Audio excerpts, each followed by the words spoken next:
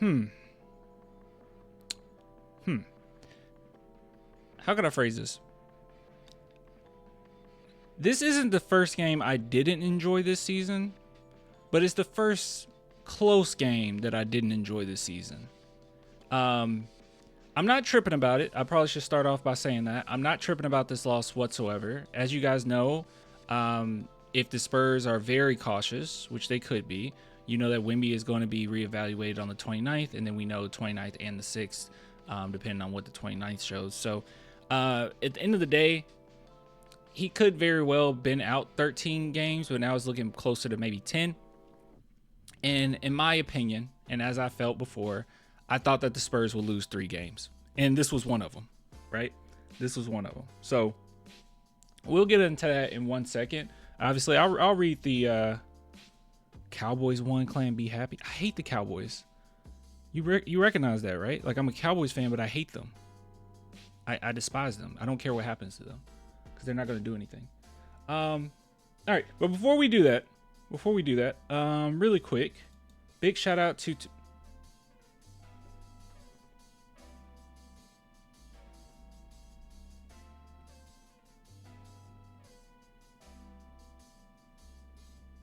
why is my life so hard? My Spurs lose and then now this? My life is so hard. No one has a harder life than me. What is my life right now? Why is it like this?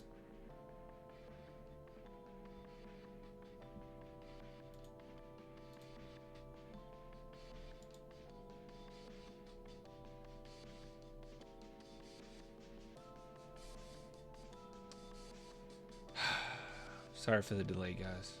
There we go. All right. That should have fixed it. Anywho, that didn't fix anything. Oh my God. What is life? What is love? Baby, don't hurt me. All right. San Antonio Spurs lost, but that doesn't mean you have to lose, okay? Check out Sleeper, link in the description box. You'll use promo code CLAN. You get 100% match up to $100. Daily fantasy sports. Obviously, it's showing the NFL right here. We don't care about the NFL. If we go over here to the NBA, you can also see social media posts in which you can see highlights, updates, injury reports, latest news, breaking news, all that good stuff. So go check that out. If you're tired of Twitter, you're tired of other social media apps that has everything but sports, Sleeper is the place for you, okay? And also, like I said, you can go over and do some daily fantasy sports. Oh my God. Why did it mess up the way that it messed up? Anyways, that's besides the point. All right, let's talk. Let's have a talk. Let's have a talk. Let's have a talk. Let's have a little talk. So the San Antonio Spurs, they lost this game. I'm not shocked that we lost the game. I don't know if you guys know this, but the Suns are actually quite good versus everyone but shooting guards as of late. I took a look at that before the game even started just to see who could possibly end up having a good game, which actually made this game slightly more disappointing, to be real with you. So shooting guards is their one weakness, like over the course of actually the whole season, and especially the last 2 weeks, they have not done that well versus shooting guards. So me, being an optimist, I thought, oh, okay, Devin Vassell should have like a crazy game today. Not necessarily the case. Right, not necessarily the case. I think I feel like he did well at some point, but it wasn't beautiful. Dylan Brooks had it. Okay. But yeah, so how do I feel about this game? It is such a weird one, man. Like it's one of those situations where I'll be complaining about something that I've been complaining about, right? Like there's no difference in how I feel, and that is I don't think that we run enough plays at all. While I think the ball is moving way better because we have those guys out, we don't set up many plays at all, and it is very frustrating. Another thing too is this felt like one of those games that you would have won if you would have had Castle, Wemby, or Harper, especially Harper or Wemby, because those two can basically fly past their defenders. Because the Suns managed to be very aggressive with us on the perimeter, and no one could really get going near the end of the game other than Fox. Fox could find his shots, but it just wasn't enough for the team overall, and it just didn't pan out how we wanted it to pan out. So it was a pretty ugly game for the most part. Just wasn't great basketball in my opinion. At one point the ball was moving, it was some good movement, but overall it was only so much the Spurs could do. You had lack of talent, and the only thing that could have saved this with the team that we have, because I don't even want to use that as an excuse, because the Suns, I mean, head to head, I still think that we could and should have won this game. But when you mix in the fact that our main guys aren't there, and on top of it, Mitch Johnson isn't running any plays, it's just ugly. It's just not beautiful. It's ugly. It's ugly. But yeah, we're not seriously blaming. Guys, I don't think you can blame anybody really for this game. You needed either better coaching as far as more plays and more adjustments mid-game, or what you needed was some stars, some more players, some better players on the court. That's kind of it, Yeah, I saw. Stop saying it's the coach. Do you have a better explanation on what you think it is? What do you? It's not the coach, it's the players. They run no plays. How is it not coaching at that point? By the way, I never even said Mitch Johnson's a bad coach, but I'm not going to give him the title of good coach yet. I'm just going to chill out when it comes to that. Yeah, they didn't run any plays. There was no adjustments. Yeah. Stop leaving players open. Well, yeah. I think the Spurs have one of the worst perimeter defenses in the NBA.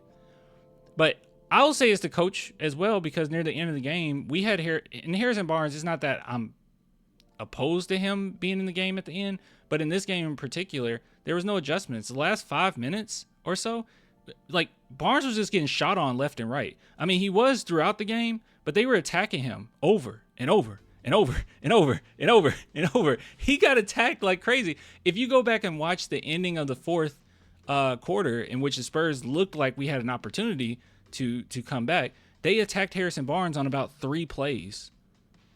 I think it was 2 3-pointers and 1 mid-range shot. They attacked him, and then they shot on Fox once, but you got to have Fox out there. But they kept doing it.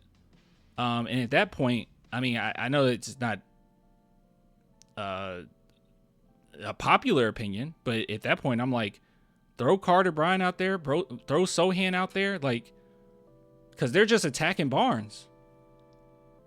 Yeah, they were cooking Barnes at the end, guys. So, I mean, in my opinion, that is coaching. Unless you just want to say Harrison Barnes just need to step up. He was playing fine defense. That was the best he could have done. They just knew to attack him in that moment. It is what it is.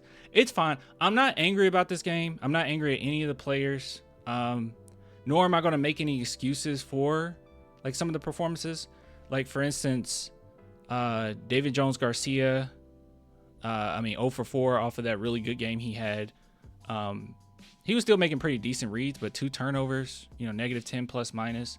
Jeremy Sohan, -17, so while I did find that they were missing him a lot on easy cuts, still, especially Devin Vassell. I don't know what's up with that. Devin Vassell was missing him like crazy.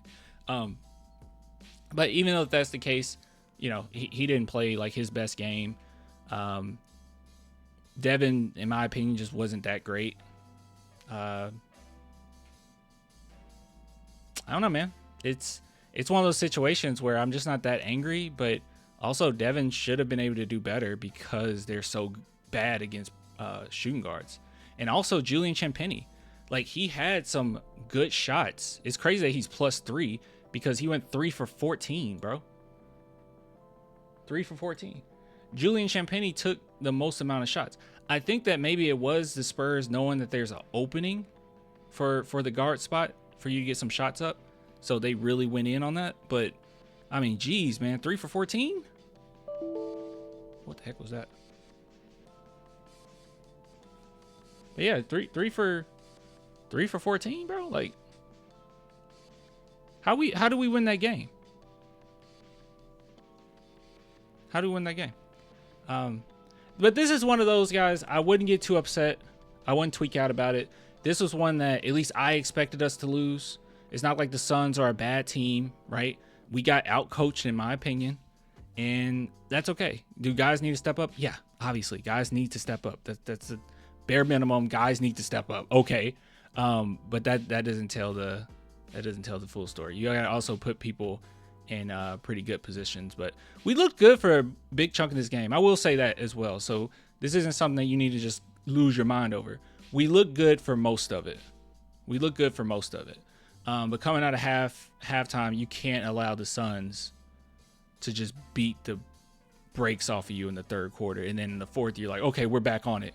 We're locked in again. No. Don't go back to what we were doing last year. Yeah. I'm not blaming no coach.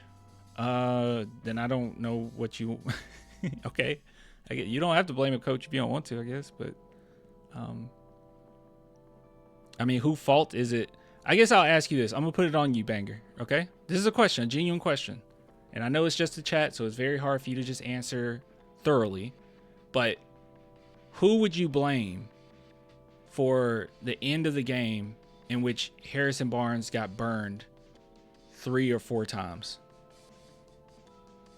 Because if you tell me it's Harrison Barnes' fault, are you trying to tell me that he can do better? Because in my opinion, defensively, he can't do better than what he did in those plays. So at that point, it's like, who fault is it? You have 2 defenders on the bench. Who fault is it? Harrison Barnes wasn't lighting them up from 3. He wasn't destroying anybody this game. Circumstances showed he probably shouldn't have been on the court. So whose fault is that?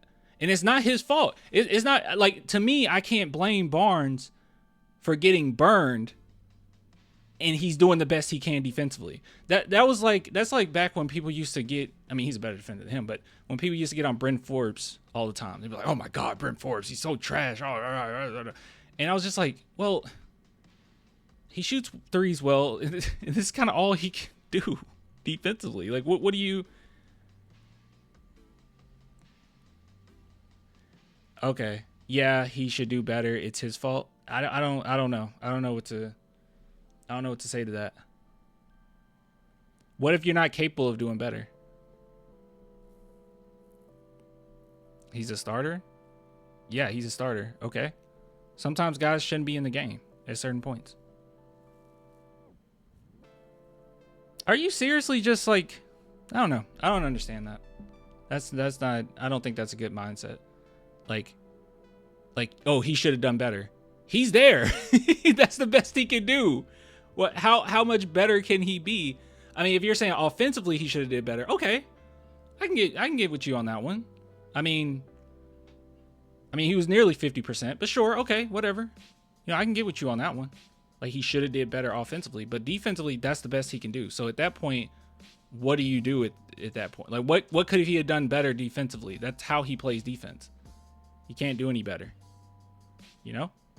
I feel like really what it comes down to is just no adjustments. That's it. No adjustments, no recognizing the situation. That's coaching. I don't know.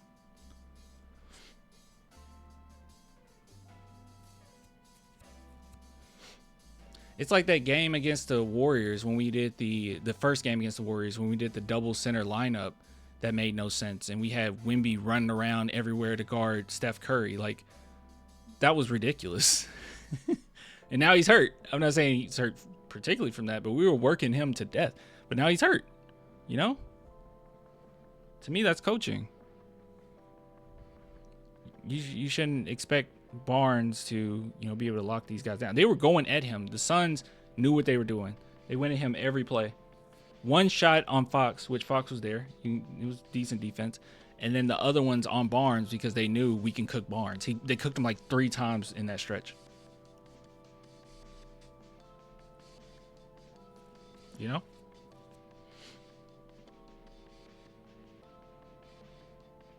Shut up. Can you talk about Sohan's negative 17? Did I not bring that up, that Sohan had a poor game today?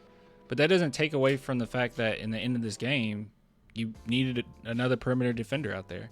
Whether it be Carter or whether it be Sohan, like one of those two guys should be out there when, you know, our perimeter is getting cooked the way it's getting cooked. You know, give him a different look. Give him your best shot. That's all I'm saying. Give him your best shot. I care about winning. I always told you guys I don't care about the stats or whatever. Like if they stand out and it's like, holy, we got to talk about how crazy Wemby had of a game. But usually it's like I just want to see winning basketball. And overall, I feel like the Spurs played winning basketball for much of the game, but the lack of adjustments really screwed us over. But it's okay. I expect to lose this game. I expected people to not play as well.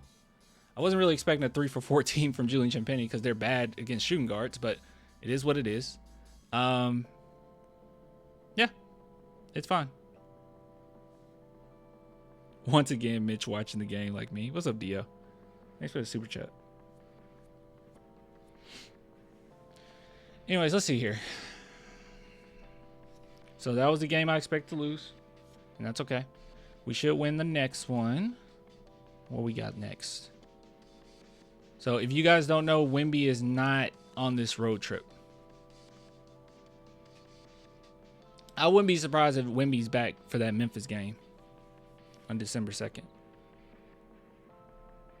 Would make sense, but he's not on this road trip. So 3 more games without Wemby, and I expect the Spurs basically to go 1-2 in the next 2. I don't see how the heck we beat Denver, and I don't really see how the heck we beat the Timberwolves. I'll be here, though. I'll be cheering them on. Don't know how we're going to do it, but I hope we pull it off. Genuinely hope we pull it off. Don't know how we'll do it, but we'll be here. All right? We'll be here.